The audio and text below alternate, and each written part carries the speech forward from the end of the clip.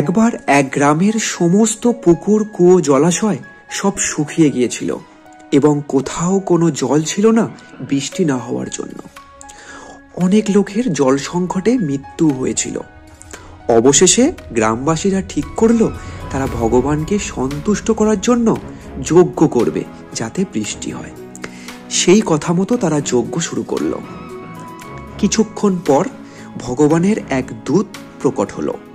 তিনি বললেন, গ্রামের শেষ প্রান্তে একটা শুকনো কুয়ো আছে, সেখানে প্রত্যেক গ্রামবাসীকে গিয়ে 1 গ্লাস করে দুধ ঢালতে হবে এবং কুয়োর মধ্যে না দেখেই চলে আসতে হবে।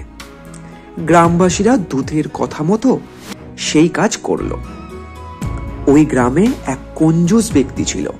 সে ভাবল, সবাই তো দুধ গিয়ে ঢেলেছে, আমি যদি দুধের পরিবর্তে 1 গ্লাস জল ঢেলে দিই তাহলে কেউই বুঝতে পারবে না।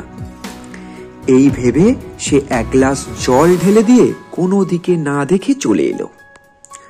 পরদিন সকালে সবাই অপেক্ষা করছিল বৃষ্টির জন্য, কিন্তু বৃষ্টির কোনো দেখা ছিল না। সেই আগের মতোই পরিবেশ ছিল। অনেকক্ষণ অপেক্ষা করার পর যখন বৃষ্টি এলো না, তখন গ্রামবাসীরা ঠিক করলো সবাই কুয়োর কাছে গিয়ে দেখবে কুয়োর মধ্যে কি আছে। এরপর তারা সবাই কুয়োর কাছে গিয়ে দেখলো কুয়োর মধ্যে একটুও দুধ নেই, পুরোটাই জল। এবার সবাই ব্যাপারটা বুঝে গেল।